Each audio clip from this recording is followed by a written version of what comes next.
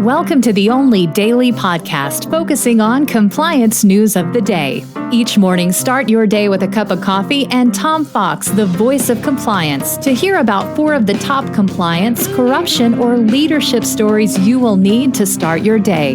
The Daily Compliance News is a production of the Compliance Podcast Network. First, a word from our sponsor.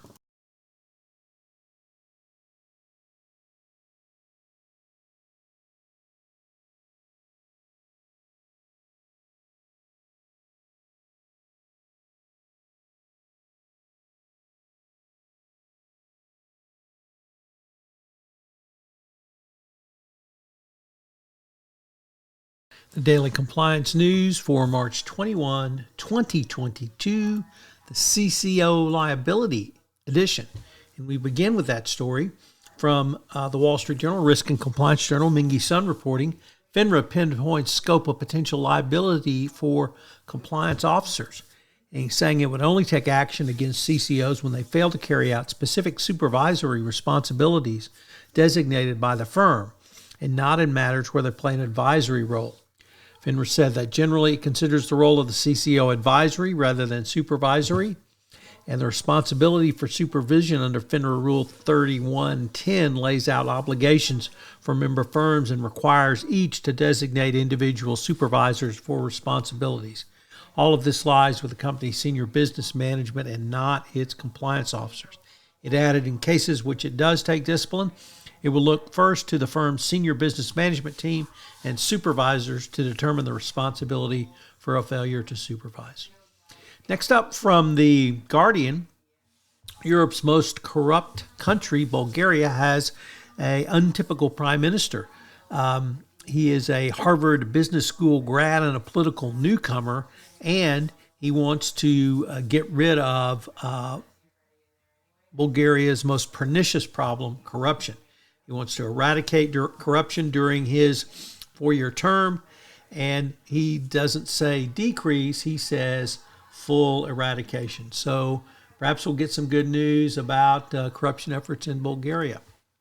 Along the lines, but in a very different place, the Mexico News Daily, first-time contributor to the Daily Compliance News, reports that Mexican President AMLO urges Pemex and the Federal Electricity Commission to immediately end corruption that plagues both of these state-owned firms. AMLO said at a ceremony to mark the 84th anniversary of the nationalization of the Mexican oil industry, he's instructed the Pemex CEO and CFE directors not to give adversaries any pretext to criticize the government. Never let more corruption in Pemex. Let's clean it up, he says. So maybe Mexico will actually do something about corruption. We'll have to wait and see. And our final story comes to us from the Houston Chronicle that the oilfield service companies Schlumberger, Baker Hughes, and Halliburton have announced that they will put in no new investments in Russia. So even the oilfield service companies who had continued to do business in Russia are now saying they're going to pull out. So this is may be a very difficult blow for the Russian energy industry, as they really have no ability or capability to extract minerals from the Russian topography and have relied on Western service companies to do so. So kudos to Schlumberger, Baker Hughes, and Halliburton for finally getting with the program. The Daily Compliance News is a production of the Compliance Podcast Network and a proud member of C-Suite Radio. Thanks so much for listening. I hope you'll join me again tomorrow.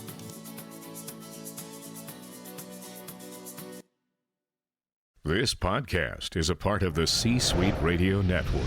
For more top business podcasts, visit c-suiteradio.com.